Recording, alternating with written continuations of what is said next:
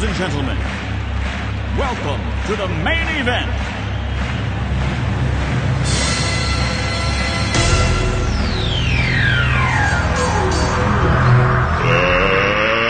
Let's get ready to rumble!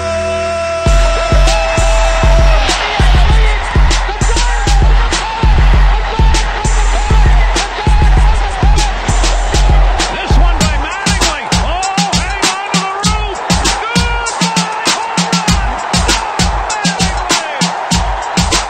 Montana looking, throwing in the end zone. 5 seconds left in the game. Do you believe in miracles? Yes! Little roller up along first, behind the man. It gets through Buckner. Here comes Knight, and the Mets win it.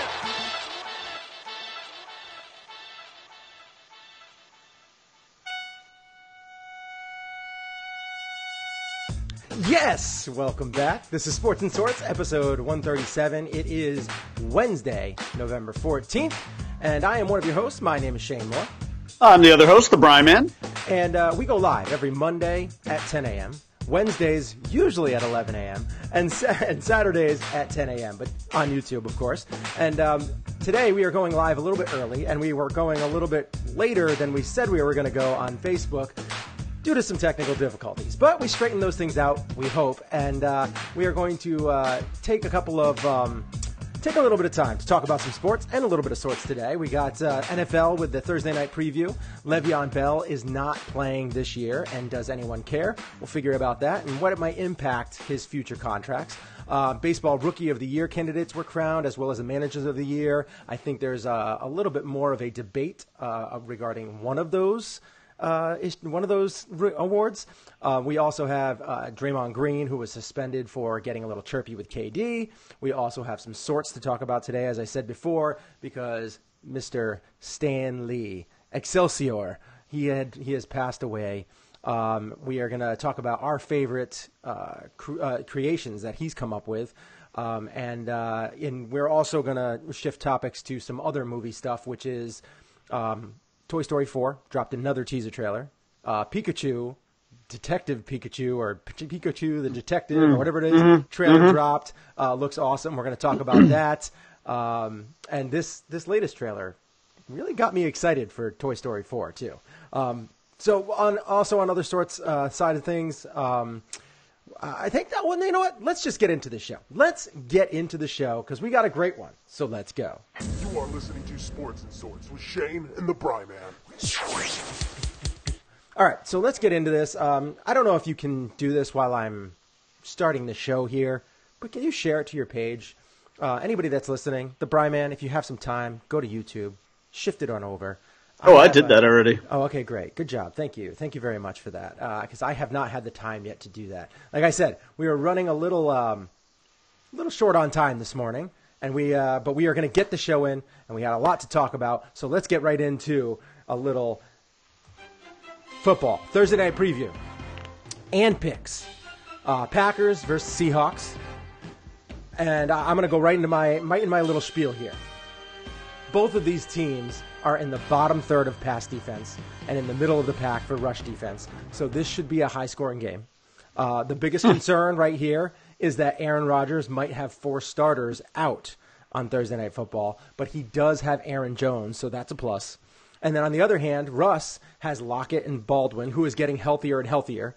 And even though the Seahawks have not played well at home this year, they are 1-2 at home. That 12th man, they are only 1-2 at home this year. But those 2 losses were against good teams. The Rams and the Chargers both beat them in Seattle.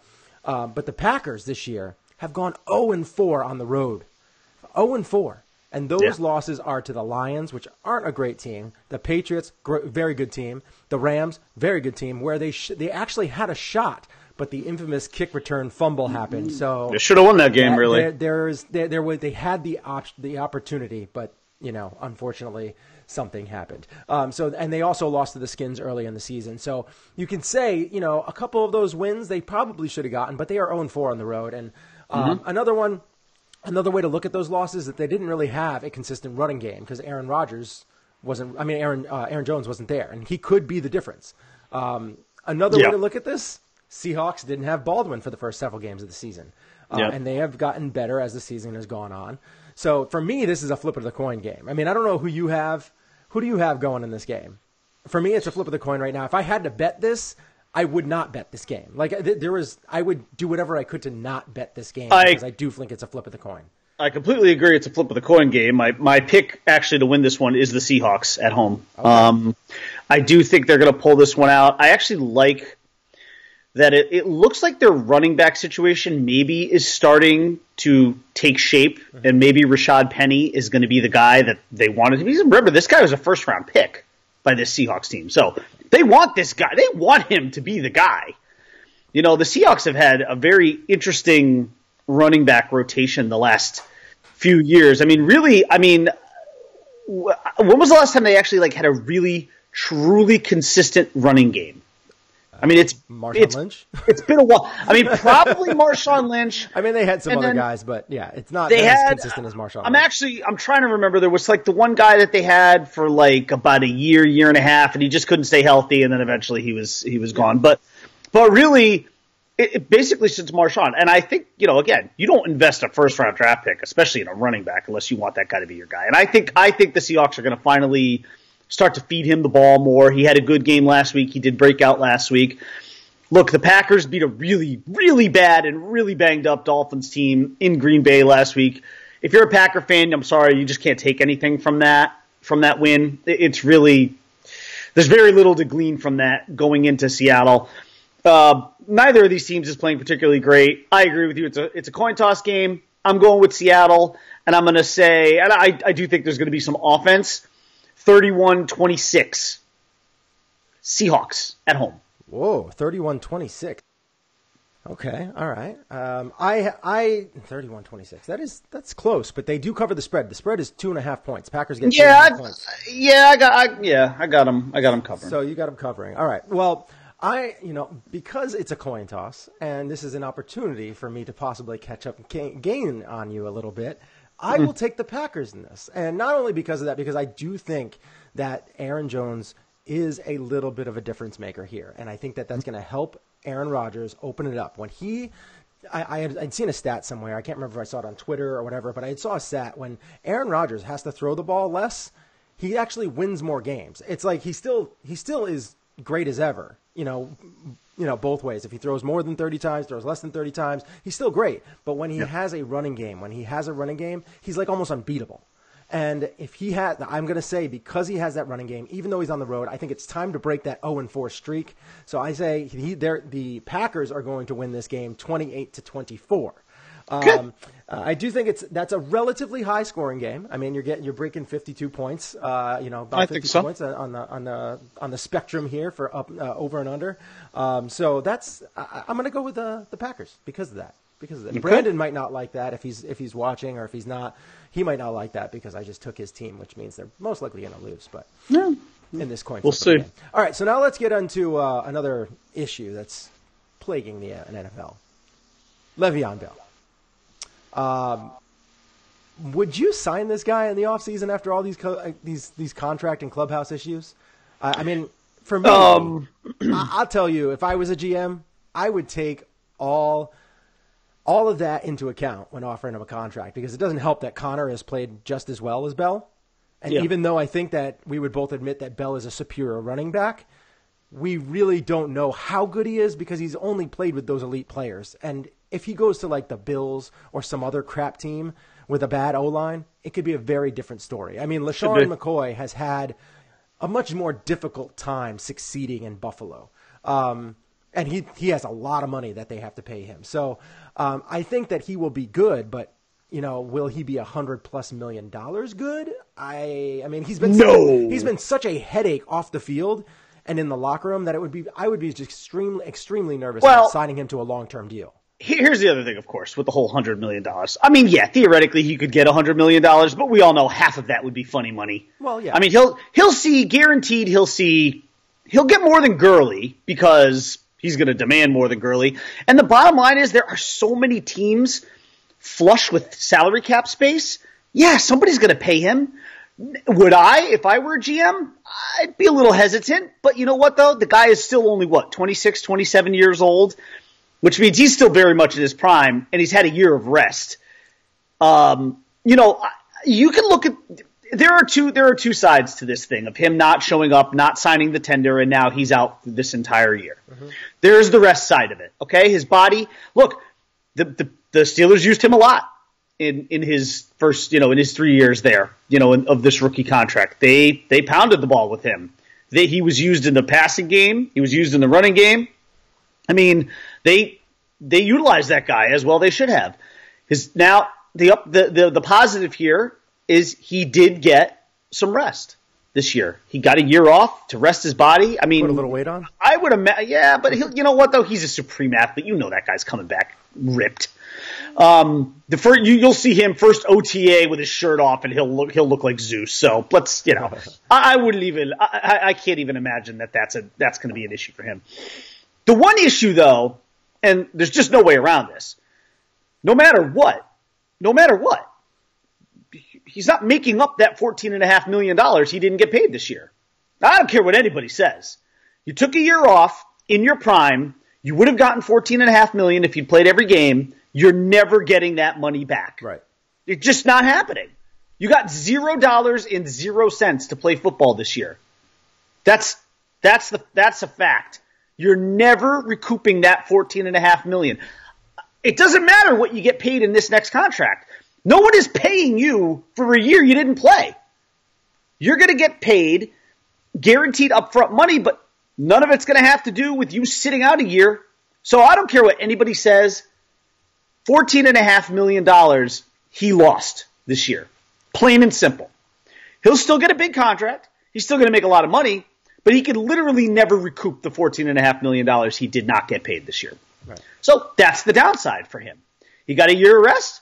Well, okay, you take a year off. Hey, look, I mean, it'd be the same thing for you or me, right? Like if I took a year off from work, I'm not getting paid. Of course, the problem is it wouldn't be as easy for me to come back and get a job somewhere else. I'd probably get and that's what I mean by the GMs. Like it's more of a glaring, it's one of those things that's like, why did you just leave work for a year for no reason? So honestly, to answer your question, yeah, I'd still pursue him because I know once he gets paid, then he's going to play because he's not going to have a choice. Well, this is if he decides not to play, then he's in breach of contract, and then you don't pay him. Right, but so when there's this thing, when you get all this money, it's not going to change him from being a bad teammate and turn him into a great teammate. He's just going to act the same way, but he'll have more money and more control over the team to get more of what he wants. In many ways, this is what the Yankees and other teams who are pursuing Manny Machado are facing this year. They're all warning signs. It's way different, though. I mean, it's different in the sense that Le'Veon Bell will get a third of the contract that Machado will, except even at that third, even if he gets $100 million, really only half of that is going to be guaranteed. Maybe 60 if somebody really is going to push it. Unless he performs the whole time. So actually, it's more likely that in terms of guaranteed contracts, Le'Veon Bell's only going to get 1/5 of what Manny Machado is going to get. We don't know Manny Machado is going to get between $250 and $300 million. Somebody's going to pay it to him. Right. I hope it's not the Yankees, but it's starting to look like maybe it could trend that way. But anyways, I don't want to get off topic. But Le'Veon Bell at 5 years and maybe $100 million, where only 50 to 60 million of it is guaranteed, is obviously less of a risk. Plus, at that many years, that takes him into like his 30 to 31 season. At that point, it's done. It is a risk, but it's not a risk because you're handicapping your team more. You are in football, sure. Especially in the short times. And these are all warning signs that I think someone's going to take the chance on him in the right situation. It might be great. Like something like Oakland might be a great spot. I think the Jets are a possibility too. The Jets are going to have a ton of money to spend, and on top of that, he grew up a Jets fan. And do not discount. I don't know how I feel about it, but do not discount the Dolphins here. I think he spends a lot of time in Miami in the offseason. Which could be bad. It's probably not great. I wouldn't rule the Dolphins out. I'm not saying they have a need there, but Frank Gore was only signed to a 1-year deal. They clearly have no faith in Kenyon Drake because look how much they play Frank Gore. Yeah.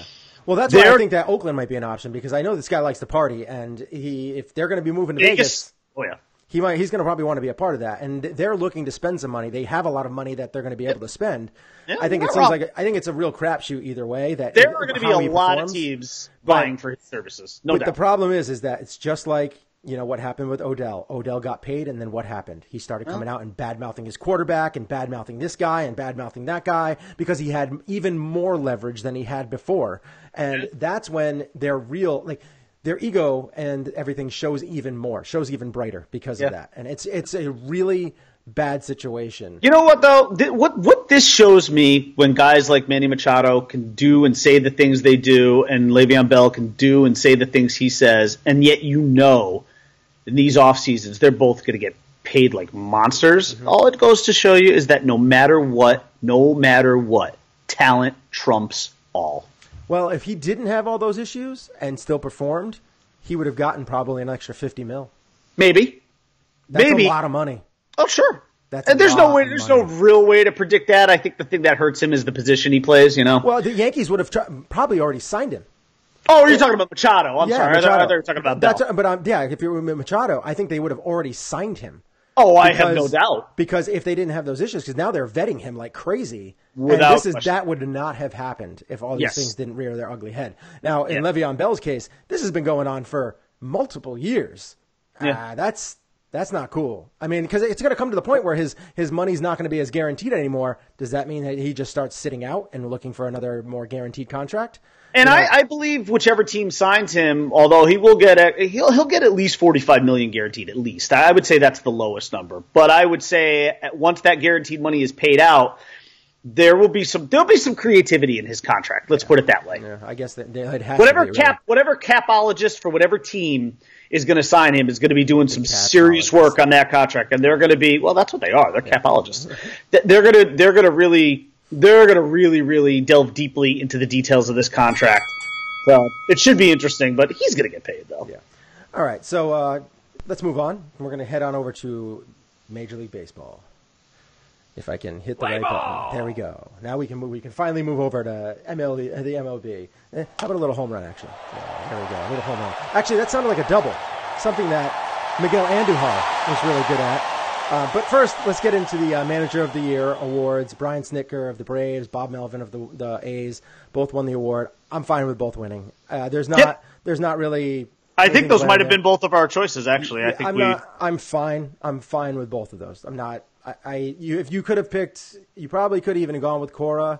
You could have gone with somebody else from the NFL. And I probably still would have been like, okay, that's fine. They did a great job.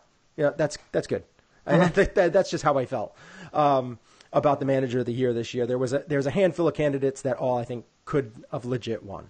The Braves, Ronald Acuna Jr. had a fantastic season. I have zero arguments with him winning the Rookie of the Year award as well. No brainer. But the big thing that everything is out there is that leads me to the AL Rookie of the Year award, where Shohei Ohtani wins. And can you tell me, I know that you have posted some stuff on Twitter and Facebook and stuff like that.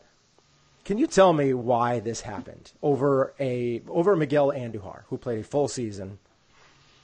It's so funny to me that I've seen so many Yankees fans bent out of it, and you've probably seen this too on both either the New York Yankees Daily site, which you and I frequent and are a part of, and the New York Yankees Fans First site. Mm-hmm. I've never seen more fans so upset about an individual award. And let's be honest, if the Yankees had won the World Series this year, would anybody have cared about this crap? Nobody would have cared. Nobody. We would not have cared. But I would have, just because those awards help with long term, like they help with getting contracts, they help with getting Hall of Fame, caliber recognition. I guess, but it's you know what though, if Miguel Andujar is going to be a Hall of Famer, he's going to be a Hall of Famer regardless of his Rookie of the Year status. Don't get me wrong, but you know what though, look at Derek Jeter. He never won an MVP. He's a first ballot Hall of Famer. But he was also a top 5 and he was MVP. And he was a World Series MVP and an All-Star Game MVP. And he was a top 2 batting champion. Like he wasn't in the batting champion, but he was always in the running. And I'll tell you what. If you want me to humor you and put on like my bitter Yankee fan face to say, no, I'm just saying, if you want me to, do I think that there's like an anti-Yankee bias when it comes to voting for this kind of stuff? Yeah, we know there is. We know there is. Derek Jeter was proof of that. The year that he lost the MVP to Justin Morneau, I'm sorry, but that was highway robbery. Yes. And I don't care. Even though I predicted that too, I remember predicting that because I remember thinking, they're just not going to give it to Jeter. They're never going to give it to Derek Jeter. They just aren't going to do it. And they didn't. And I also think in defense of Shohei Ohtani, he is an absolute generational talent. I mean, I know that he didn't play the full year. I know injuries really kept him down.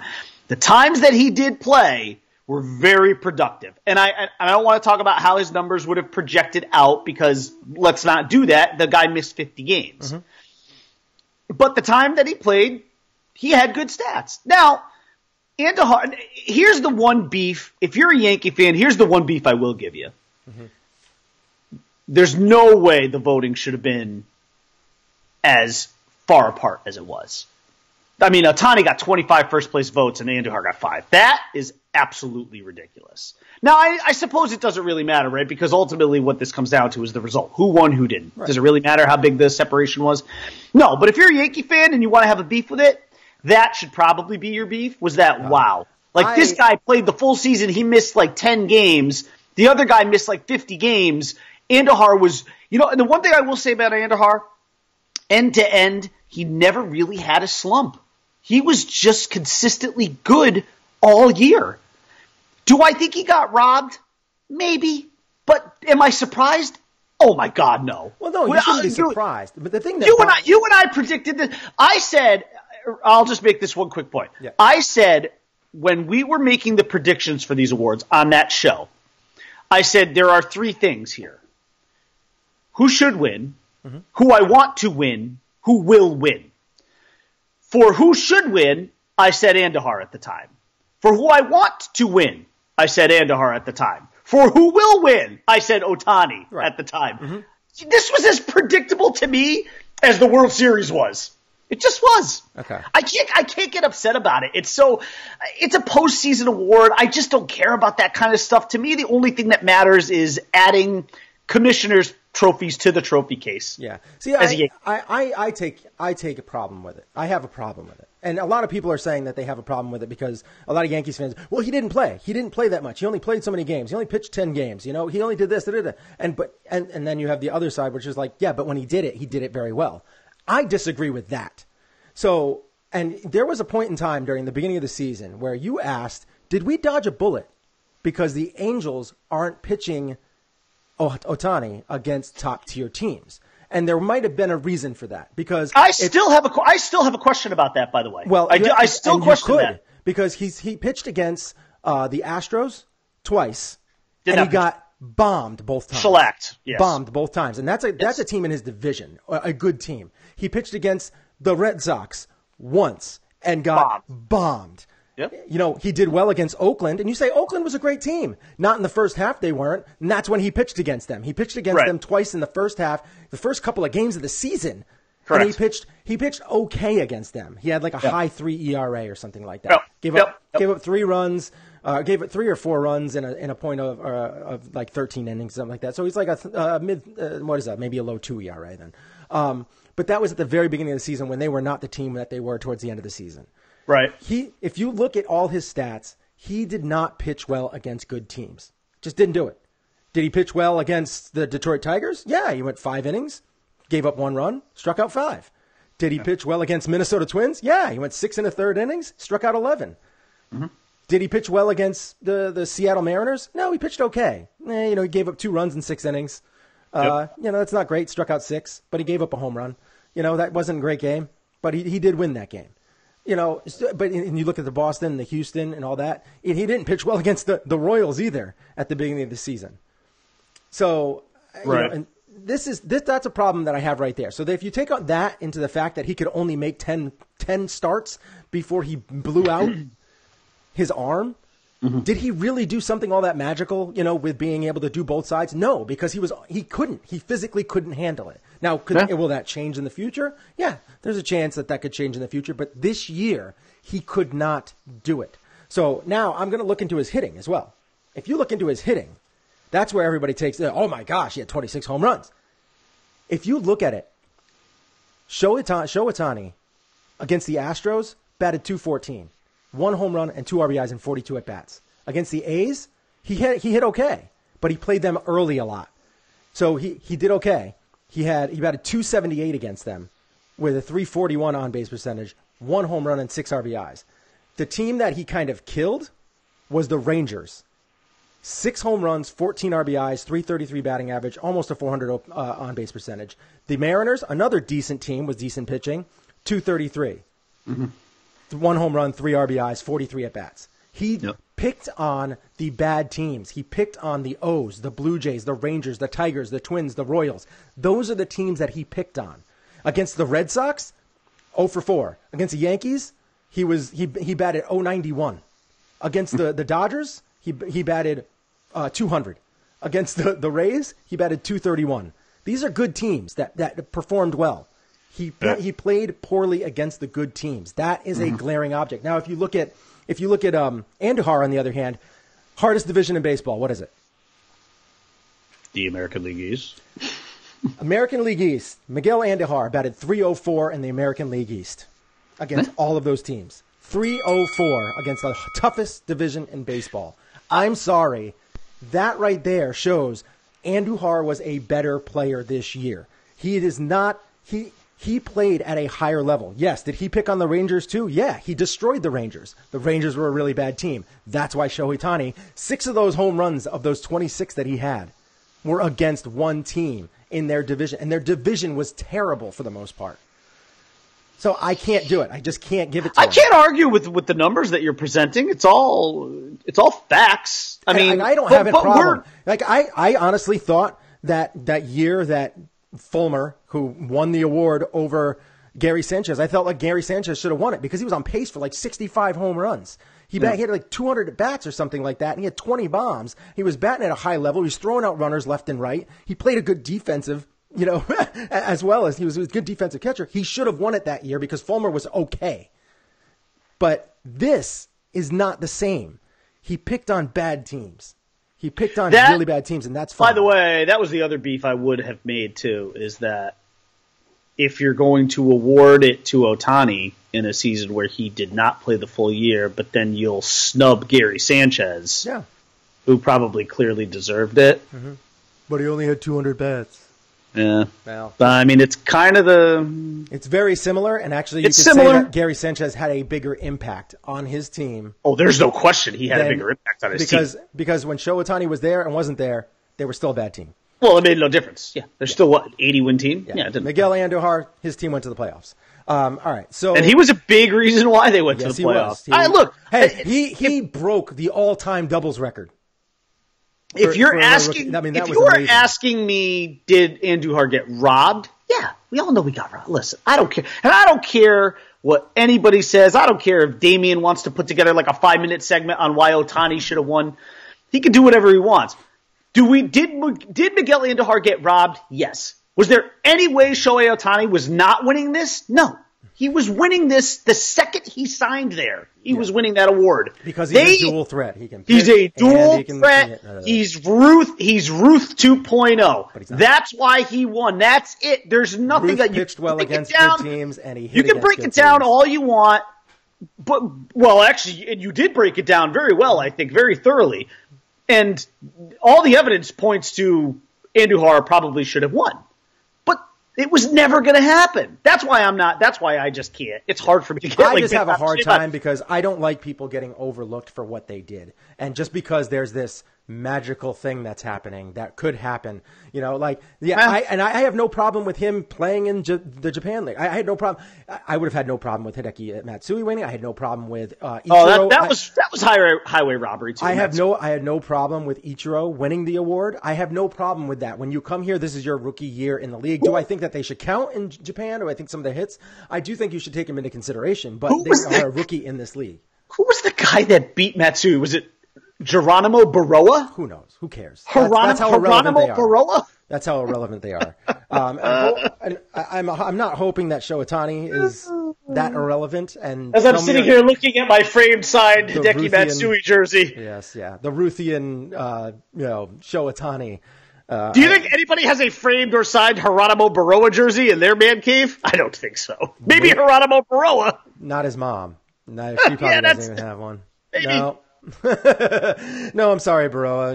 Geronimo. Look, bottom line, Andujar got robbed. We all know it. Anybody with a brain knows it. But the bottom line is he was also not going to win. He was never going to win. It was going to be Ohtani's award from the beginning, and that's why it's just hard for me. I'm fine with you accepting that. I'm just not. I'm not fine with the writers not doing their due diligence. Well, I think they got blindsided. They thought, oh my gosh, he can do both things, but he didn't do them well against good opponents. I agree with the baseball writers on some things and not on others, and on this one I don't. But whatever. All right, well, let's move on. That's it for that.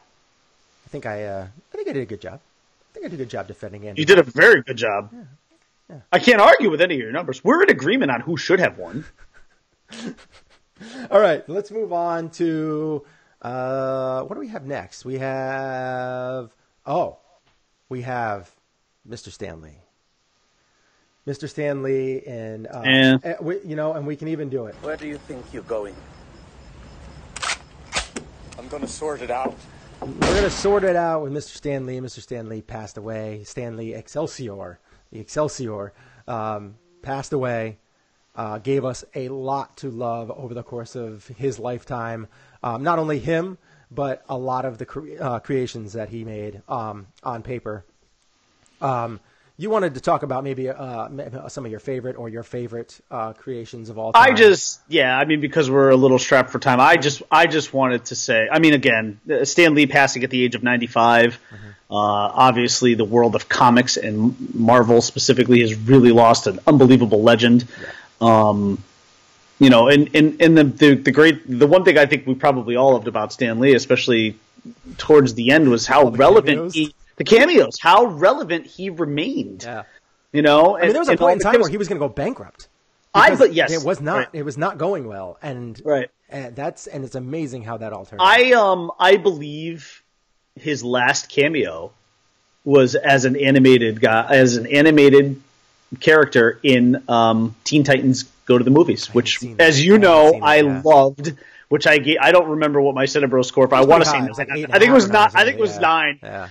Because I absolutely love that movie, and I think that was his last cameo, was as an animated guy in the background. I think he was like sweeping a set on. I see, but that's ironic because that's a DC movie. Right, yeah.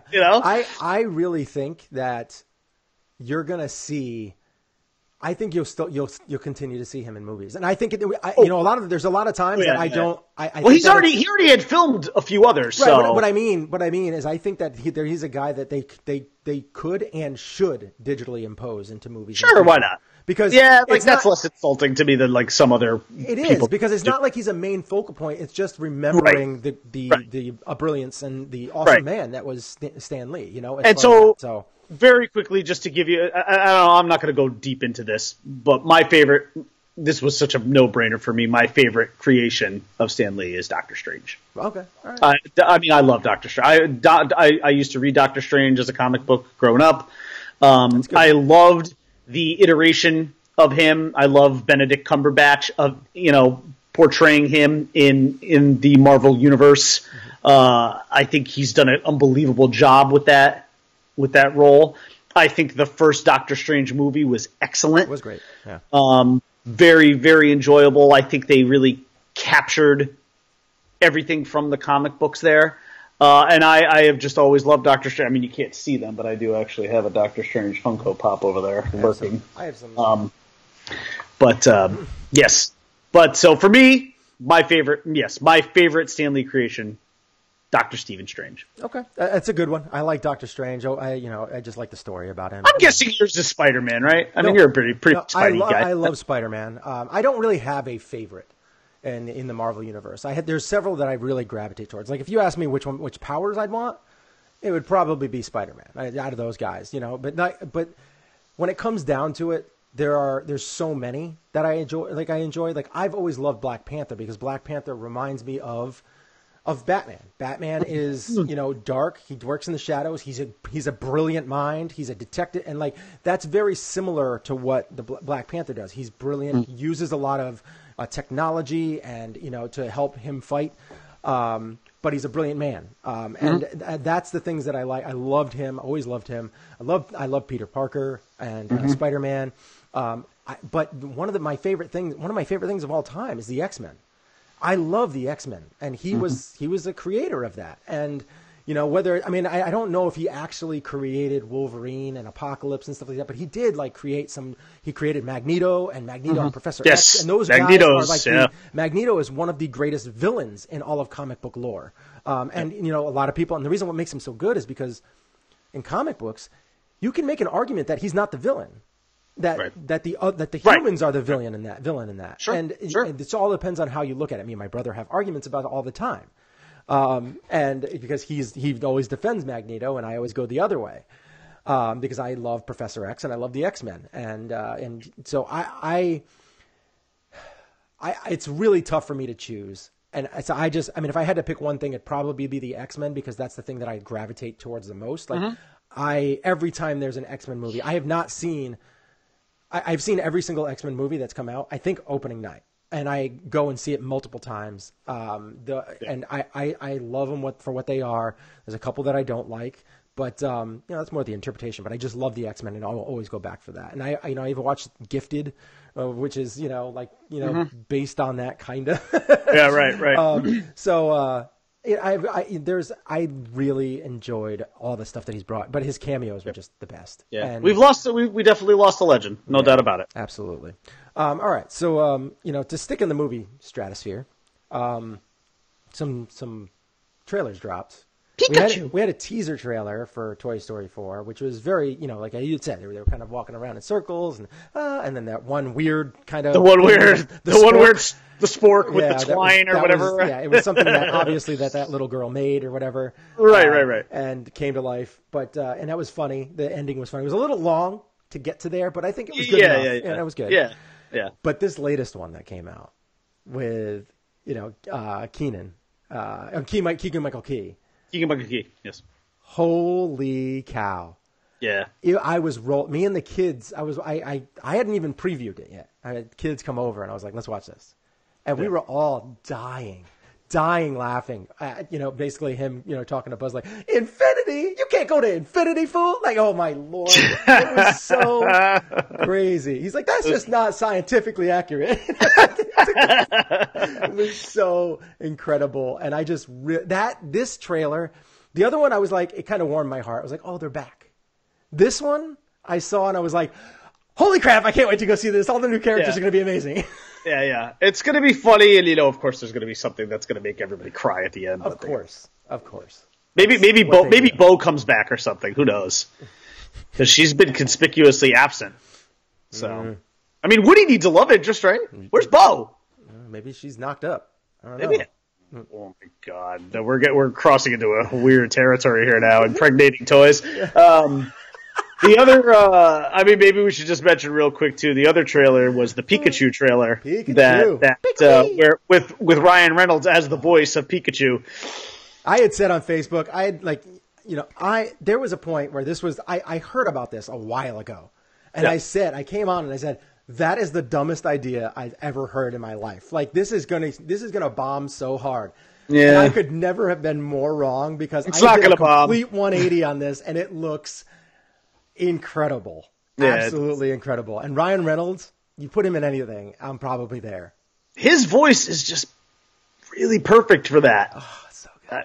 Ryan Reynolds his voice is so, honestly, even in the Deadpool movies, it's mostly his voice. Yeah. He's under the costume, but it's his voice Van Wilder, that right, it's Van Wilder. And I'll tell you, I think the Pikachu movie is going to be very entertaining. I really do. I'm looking forward to it. I can already tell you, my youngest daughter can't wait to see it. She's pretty psyched. So I showed it to my kids again. I was like, "You guys got to watch this." And my son was like, "Oh my God, that looks great!" And then I said to him, "I go, who's voicing that movie?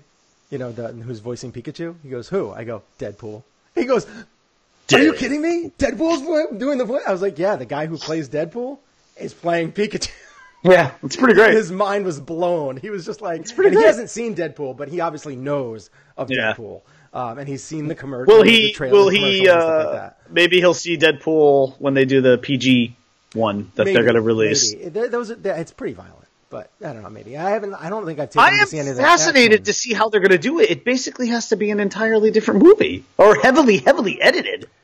Yeah. I mean, I think it's going to be heavily edited. They're going to obviously cut out all the blood. Because they can't. And the swears? I mean. Well, yeah. I mean, you can change the swears. Especially with Deadpool, because it's just his voice. Right. I mean, and he's the one that swears. I mean. Yeah, I will. I don't know if I'll go see that in the theater, but I will go. I want to see it because I just want to see like how different of a movie it is. Yeah. I'm all on. Anything that Ryan Reynolds does, I want to go see it. No, I would love to see him doing a Van Wilder movie. Oh my god! And him be the dad this time? Yeah, he'd be the dad. Exactly. Right. But they still focus on him because who cares about his son? You're the just star. hopefully, I just hope he's not married to Tara Reid though. Like I hope that hopefully they broke up and what's it? I can't see her. Yeah, so yeah. Like, can you mention something? How it turned into a total train wreck or something? Yeah. All right. Well, I think that's pretty much it for our show. It is. Yeah. Thank you guys for listening and watching, and however you take this in.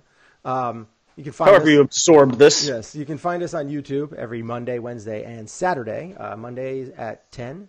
Wednesdays usually at 11. Sometimes, we try and post on our Facebook page. So if you keep up to date with us on our Facebook page at facebook.com/ShaneandtheBryman, that way you can keep up to date on what you're doing. If you can subscribe to our channel, our YouTube channel, it will let you know, when we are going live, just in case we do end up going a little earlier. Like today, I said we were going live at 10, and then we had some technical difficulties. We didn't go live until like 10:10. So things happen.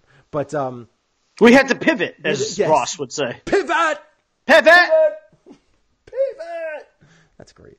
Thanks for bringing the friends into this. No problem. I have multiple friends, coffee mugs. It's great. But anyway, Monday 10, Wednesday 11, Saturday 10 a.m. We go live on YouTube.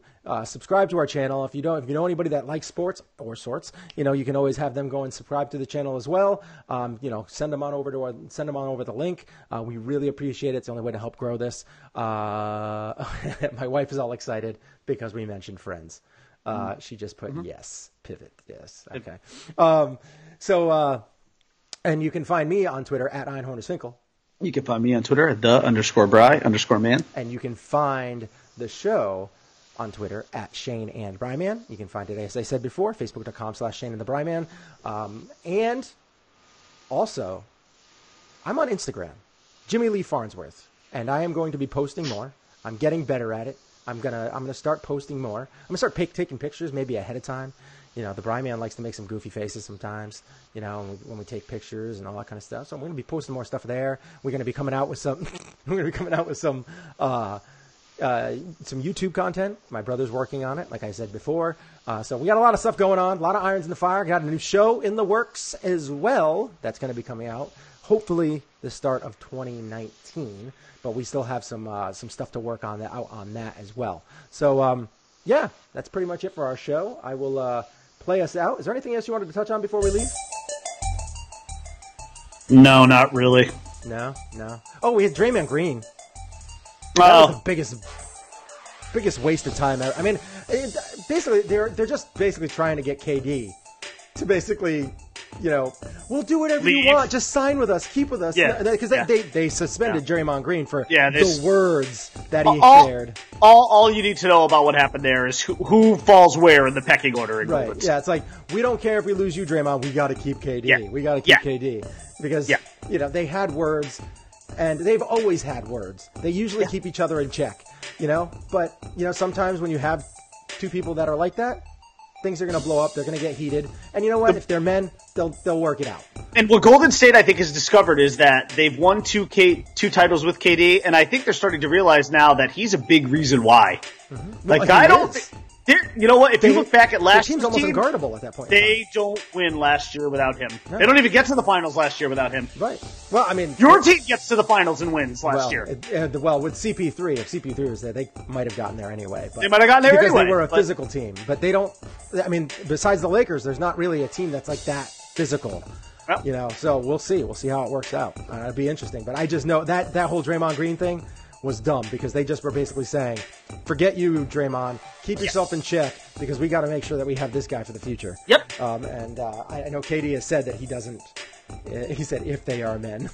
Keith Sherry writes, if they are men. Because I don't know if they are men. We'll see if they can. I'm sure they could. All right. Thank you guys for listening, watching, like you said. We'll see you again soon. Stay classy, Blend the Globe. See you Saturday. Peace out. Bye.